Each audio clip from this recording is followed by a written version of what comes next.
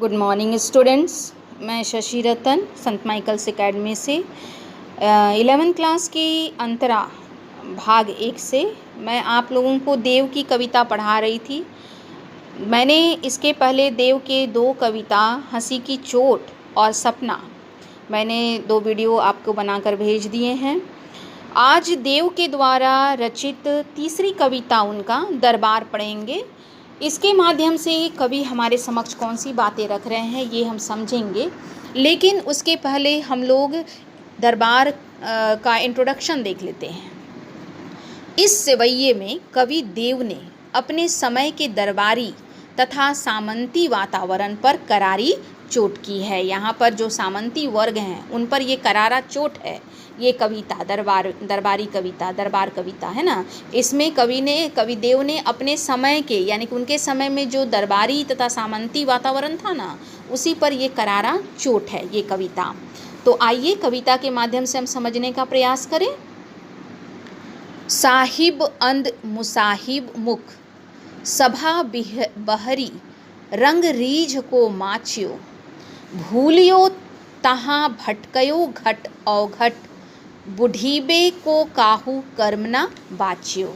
अर्थात कवि बताते हैं कि दरबारी वातावरण में कला विहीनता तथा भोग विलासपूर्ण प्रवृत्ति है तथा दरबार में चापलूसों का वातावरण है और दरबार का वातावरण चापलूसों से ही भरा हुआ है। यानी कि दरबार में अच्छे लोगों की गणना नहीं है।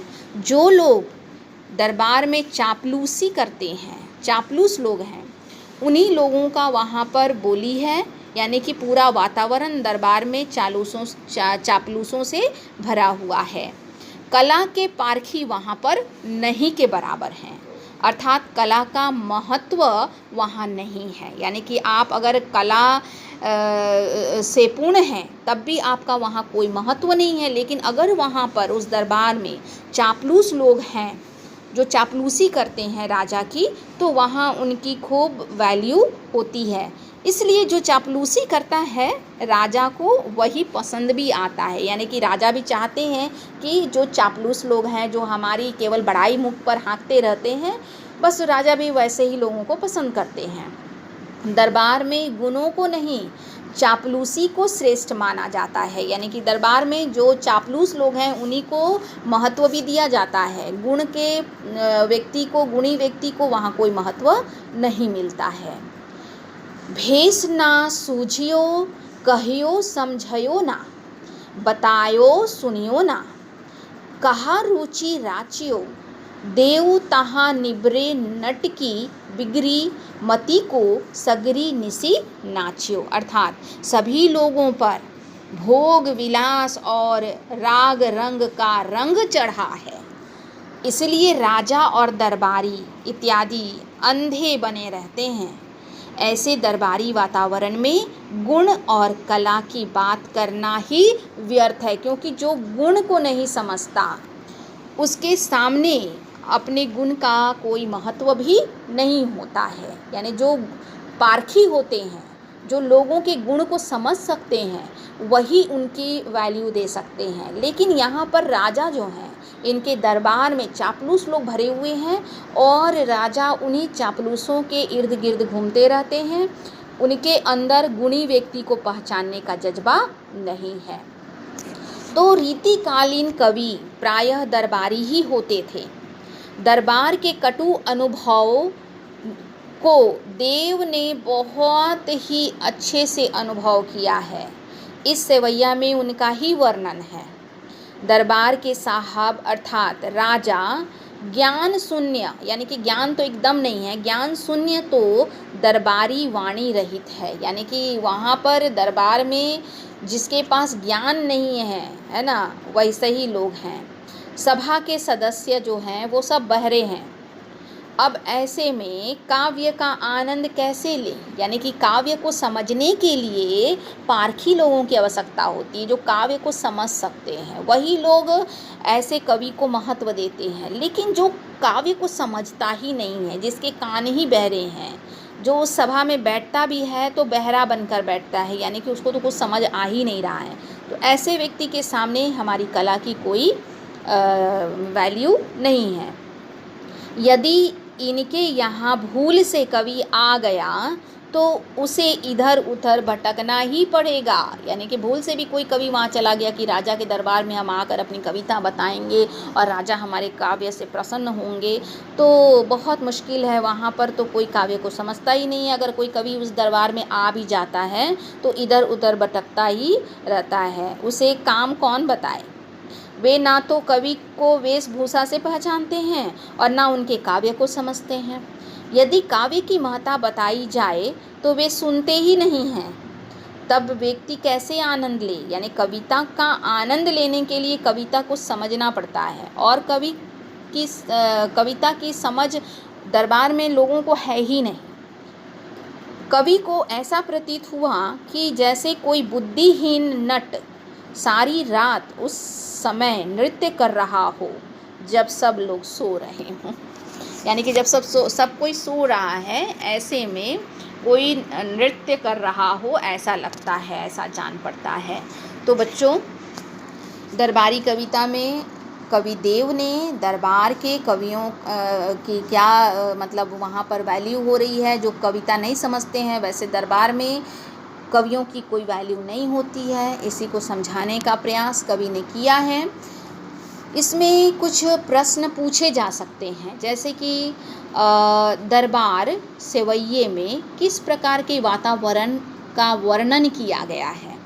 तो आप लिख सकते हैं कि दरबार के साहब अर्थात राजा ज्ञान शून्य है, उसके दरबारी वाणी रहित है, सभा के सदस्य बहरे हैं। ये कवि को ना तो वेशभूषा से पहचानते हैं और ना उसके काव्य को समझते हैं। इनके दरबार में यदि कोई कलाकार अपनी कला का प्रदर्शन करता है तो उसका परिश्रम व उसकी प्रतिभा उसी प्रकार व्यर्थ जाती है जैसे उस बुद्धिहीन नट का परिश्रम व्यर्थ जाता है, जिसने उस समय सारी रात नृत्य किया हो जब सब लोग सो रहे हों। फिर यहाँ पर ये भी एक तरह का प्रश्न आ सकता है कि दरबार में गुण ग्राहकता और कला की परख को किस प्रकार अनदेखा किया जाता है। तो आप इसमें लिख सकते हैं कि दरबार में गुह ग्राहकता और कला की परख को इस प्रकार अनदेखा किया जाता है। नंबर 1, कवि को वेशभूषा से पहचानते नहीं हैं। नंबर 2, उसके काव्य को समझते नहीं हैं। नंबर 3, यदि वह काव्य पाठ करता है तो उसे सुनते नहीं हैं। सुनते हैं तो प्रशंसा के 2 शब्द नहीं कहते हैं। कवि की सब प्रकार की उपेक्षा करते हैं। यानी कि जो काव्य समझता नहीं है, अगर कवि कविता कहता है और जब वो लोग वाह वाह करते हैं कविता को समझकर, तो कवि भी प्रोत्साहित होते हैं और भी अच्छे ढंग से उसको प्रस्तुत करने का प्रयास करते हैं। लेकिन यहाँ पर तो हम देख रहे हैं कि दरबार में चापलूस लोग की ही वैल्यू है। कोई भी कला को अच्छा से समझ नहीं पा रहा है तो उसके सामने कितना भी काव्य पाठ करो, लोग उसको सुनते हैं लेकिन उसकी प्रशंसा के 2 शब्द नहीं कहते हैं। फिर एक तरह से एक और भी प्रश्न है, जैसे देव ने दरबारी चटुकारिता और दंभपूर्ण वातावरण पर किस प्रकार व्यंग किया है। तो आप इसमें लिख सकते हो कि दरबारी संस्कृति का महाकवि देव ने जो वर्णन किया है वह पतनशील सामंती व्यवस्था थी। इस काल में भारत की केंद्रीय सरकार अर्थात मुगल शासक अपने हास की स्थिति में थे। समस्त देश सामंतों की विलास लीला में डूबा हुआ था। ऐसे में जनता के दुख दर्द को सुनने वाला कोई नहीं था। समस्त वातावरण कला और सौंदर्य से विहीन था। कवि ने समस्त दरबार को अंधा, गूंगा और बहरा बताकर शासकों की संवेदनहीनता पर करारा व्यंग किया है।